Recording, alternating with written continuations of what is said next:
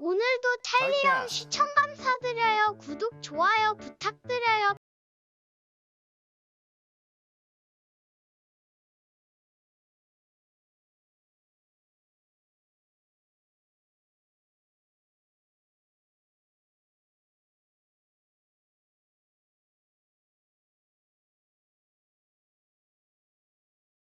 안녕하세요, 찰리브라입니다.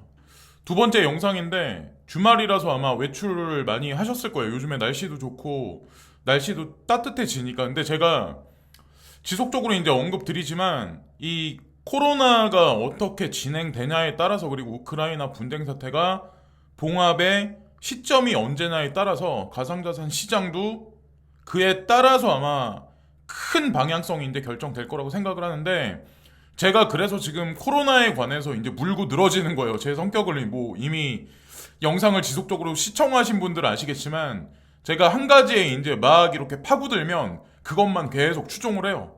근데 지금은 우리가 이제 많이 관찰을 해야 되는 게 이제 코로나니까 일단 영상의 흐름은 그쪽 위주로 이제 보시면 돼요. 그래서 국내 그리고 해외, 그래서 해외에 관해서도 이제 제가 조사를 좀 해봤는데, 일단은 코로나 격리가 4월 하순엔 없어진다. 생활비 지원도 중단될 거야. 이거는 4월 15일 날 나온 건데 25일부로 고시 개정, 결핵이나 홍역 등과 같은 2급으로 취급할 거다라고 국내 같은 경우는 이렇게 지금 하고 있고, 아직까지 마스크는 해제를 하지 않았어요. 근데 이게 또 이런 뉴스가 나왔더라고요. 코로나로 못 봤던 여수 거북선 축제 3년 만에 개최.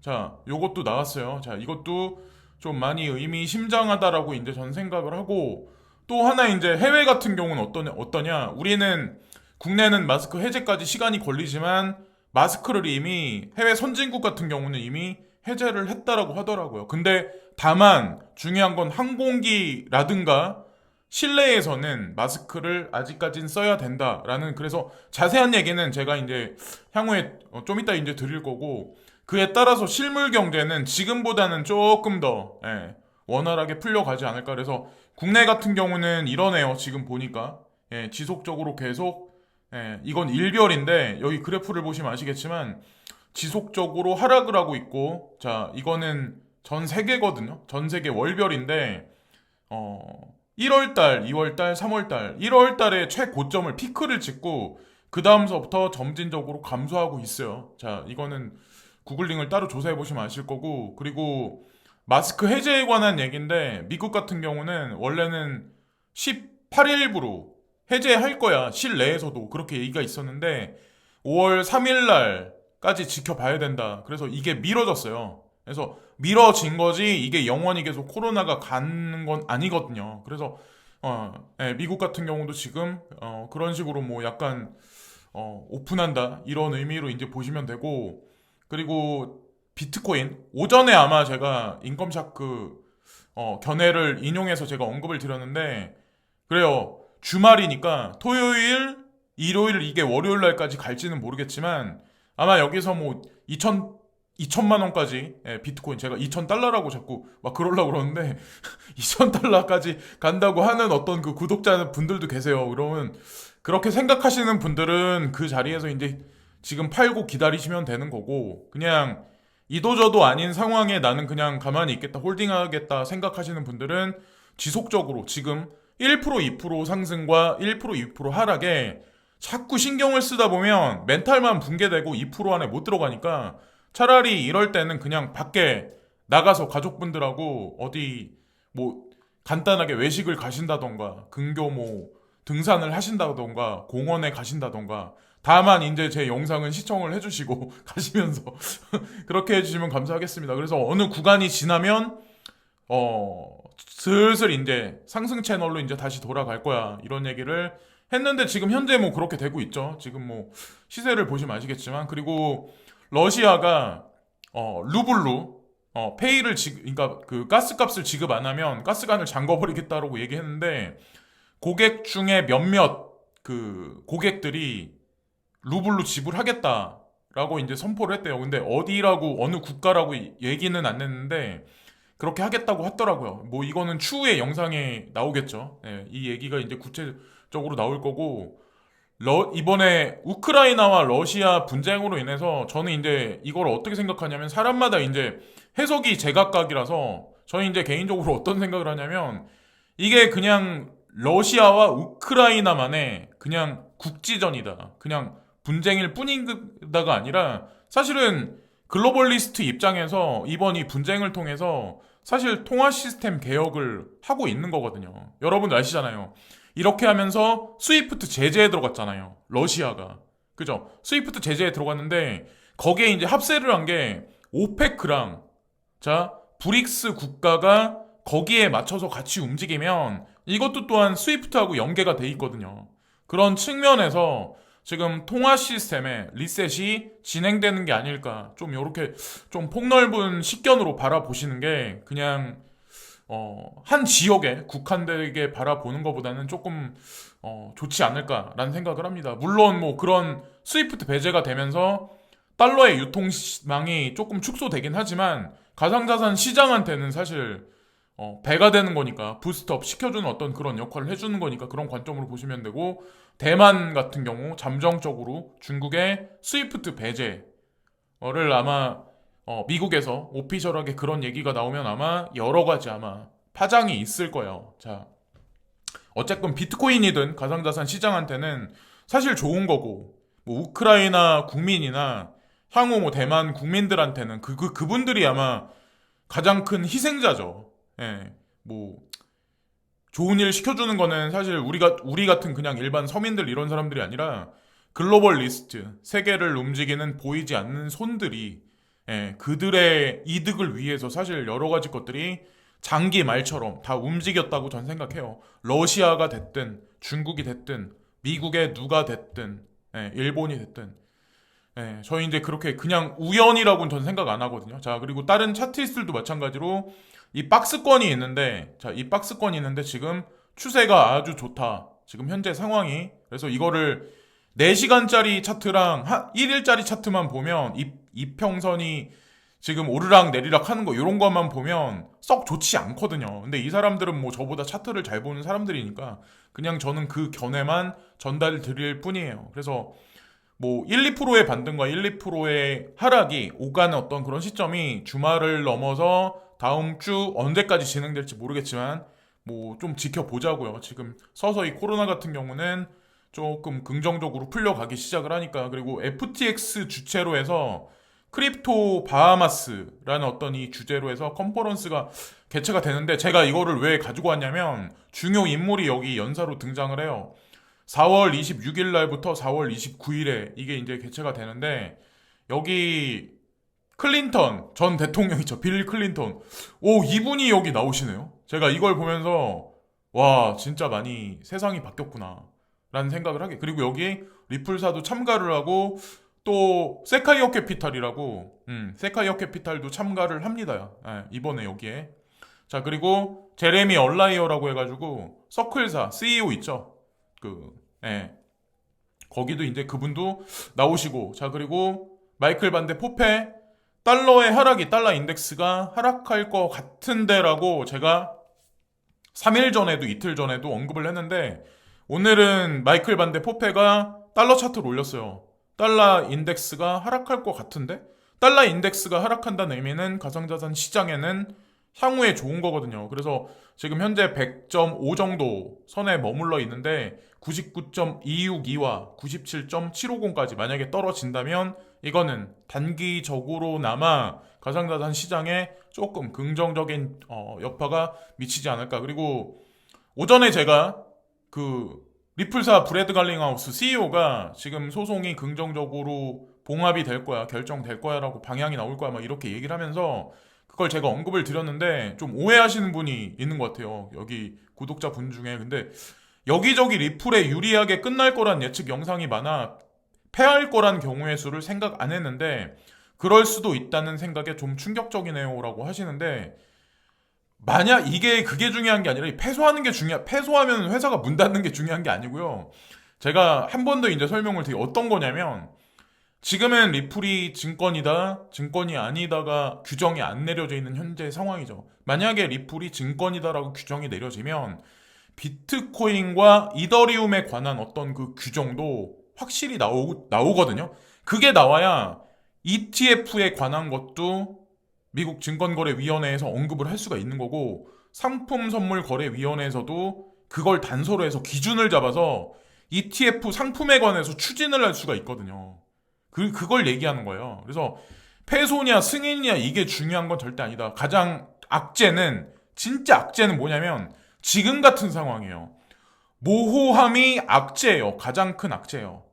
패소했다고 그래서 그게 뭐 리플사가 망하는 게 아니라, 그럼 기존에 깔아놓은 건 뭐고, 그죠? 만약에 증권이라고 쳐요. 그렇게 쳐요. 그러면 증권이라고 치면 그대로의 장점이 있는 거고, 송버드와 솔로제닉인가 하는 그 부가되게 사이드적으로 그 블록체인이 움직이는, XRP 우리가 사용하는 거는 블록체인은 아니고, 지금 송버드와, 자, 그거는 스마트 컨트랙 위주로 지금 재편돼서 움직이게 사이드로 움직이는 거잖아요.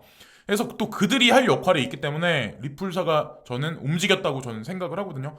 그래서 저도 사실 그때서부터 리플 코인을 조금 더 사서 모았던 거예요. 아, 뭔가가 있구나.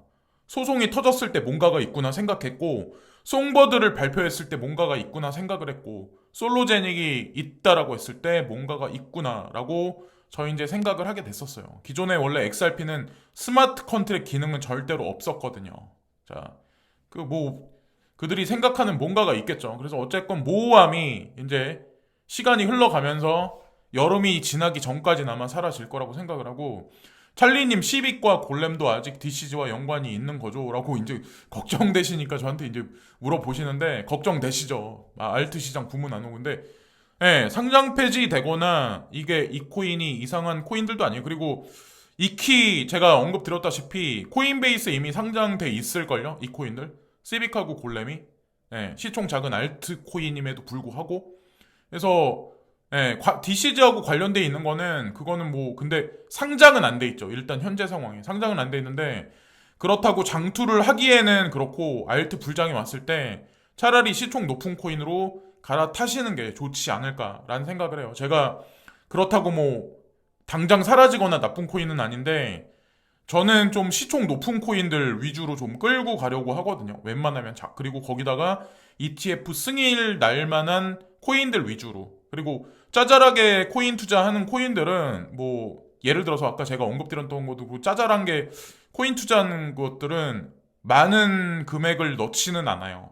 저 같은 경우는. 그래서 웬만하시면 다음에 알트 불장이 오면 여기 ETF 될 확률이 높은 코인들로 좀 갈아타셔가지고 좀 오랫동안 장투하시면서 기다리시는 게 제가 보기에는 정신건강에 좋지 않을까라는 생각을 합니다. 자, 쓱 지나가는 김에 언급을 드리고, 호라이젠 노드 어떻게 돌리냐 간간히 이제 물어보시는 분도 있고, 호라이젠 왜 언급 안 해주냐 섭섭하다라고 이제 댓글 달아주시는데, 제가 언급을 안 한 이유는 솔직히 그래요. 저도 이제 호라이젠 측에서 언제 뭘 발표할 거예요, 뭐 제니 토큰 어떻게 막 이런 얘기를 지속적으로 계속했는데, 그게 지속적으로 계속 연기되고 발표가 미뤄지고 하는데, 제가 언급을 하면 괜히 그것도 웃긴 것 같아요. 저도 입장이 웃겨지는 거고, 그렇다고 제가 호라이젠 코인을 싹 팔아치우지도 않았고, 저는 한 개도 팔지도 않았어요. 예, 한 개도 팔지 않고 그냥 그대로 가지고 있는데, 그냥 언급드리는데, 호라이젠 노드에 관심 있으신 분들, 그리고 호라이젠 코인이 노는 분들, 그냥 지갑에 갖고 있거나 거래소에 갖고 있는데 노는 분들은 이 화폐전쟁이라는 네이버 카페가 있거든요. 5,367명짜리. 이 카페에 가입을 하셔가지고 여기 공지사항을 보시고, 그러면 젠 노드를 돌리면 좋은 점 10가지 하고 뭐 몇몇 가지 사항이 있어요. 그래서 여기를 보시면 아마 되실 거예요. G캐시라든가 아니면 호라이젠 투자하고 계신 분들은 아마 여기가 큰 정보가 많이 있지 않을까. 그래서 저는 뭐 이 코인 저 코인에 다 투자를 하고 있기 때문에 제가 호라이젠만 막 이렇게 강조해서 방송을 할 수는 없잖아요. 그래서 더 잘 아시는 분들이 많이 상주해서 정보를 많이 올려주시니까, 이 카페를 보시면 노드 돌리는 방법도 쉽게 아마 설명을 해 주실 거예요. 안내를 해 주실 거니까 보시면 되고, 그리고 아까 제가 국내도 마찬가지지만 해외는 아까 독일에 사시는 분인데 그 구독자분이 댓글을 달아주셨어요. 독일은 벌써 마스크 실외에서 해제했는데요? 라고 저한테 그래서 제가 찾아보니까 아니나 다를까 우리는 2주 후 논의하는데 실외 마스크 미국, 영국, 일본 등은 해제했다. 저 몰랐던 사실이거든요. 근데 미국, 독일, 프랑스 등은 대중교통 등에서만 그러니까 실내죠. 마스크 착용하고 18일부터 거리두기 전면 해제, 실내외 마스크 착용은 유지. 자, 엄청난 일이죠. 날씨가 풀리면서 제가 말씀드리다시피 서서히 계속 풀어주는 거예요. 실물 경제가 서서히 아마 돌아갈 거예요. 지금보다는 아마 낮게 돌아갈 거예요. GDP, GNP도 성장률도 점진적으로 괜찮게 나올 거고 인프라가 서서히 회복이 되면 인플레이션 계속 올라갔던 게 서서히 떨어지기 시작을 할 거예요. 그래서 제가 이거를 지속적으로 언급하는 이유가 인프라가 회복된다. 사람이 꽉 막혀 있었는데 그 사람들이 풀려난다. 일자리도 서서히 회복을 할 거고. 그죠? 그러면 공장도 원활하게 돌아가기 시작을 할 거고. 그 의미는 억지로 폐쇄시켜서 인플레이션을 끌어올렸던 거를 이런 식으로 계속 늘려나가면 전 세계가 인프라망이 회복되면서 인플레이션이 서서히 감소하면 연준에서 0.5% 금리 인상 6번 할 거란 얘기를 말을 번복할 가능성이 상당히 높지 않을까. 그래서 제가 코로나에 관해서 강조해서 이제 언급을 드렸던 거예요. 그래서 정부가 오는 18일부터 신종 코로나 바이러스 감염증 거리두기 조치를 전면 해제하는 가운데 우리나라를 제외한 미국, 영국, 일본, 독일, 프랑스 등 국가는 이미 실외 마스크 착용 의무를 해제한 것으로 나타났다. 자, 이렇게 내용이 정리가 되네요. 그래서 왜 가상자산만 언급을 하지 왜 쓸데없이 코로나만 언급하냐. 근데 그거는 좀 약간 단순 논리로 저한테 이제 물어보시는 분들일 수도 있는 거고 제 영상을 계속 보신 분들은 이 사람이 도대체 지금 이 말을 왜 꺼내나 인플레이션과 왜 이게 묶여서 생각을 한번 해봐야 되나 이렇게 제가 좀 전에 언급드렸다시피 그거랑 같이 연결해서 아마 보시면 정리가 되실 거라고 전 생각을 합니다. 자, 이번 영상은 여기까지 마치겠습니다. 제가 반도체에 관한 영상을 만들려고 지금 머릿속 생각을 하고 그걸 되게 중요시하게 생각을 하는데 자꾸 이런 짭다구리한 막 이런 것만 계속 지금 보게 되니까 그 영상이 계속 미뤄지네요. 어쨌건 그것도 제가 중점적으로 지금 만들어 보려고 하는 영상인데 시청해주신 많은 분들께 고개 숙여 감사를 드립니다. 어쨌건 감사합니다. 오늘도 찰리형 시청 감사드려요. 구독, 좋아요 부탁드려요.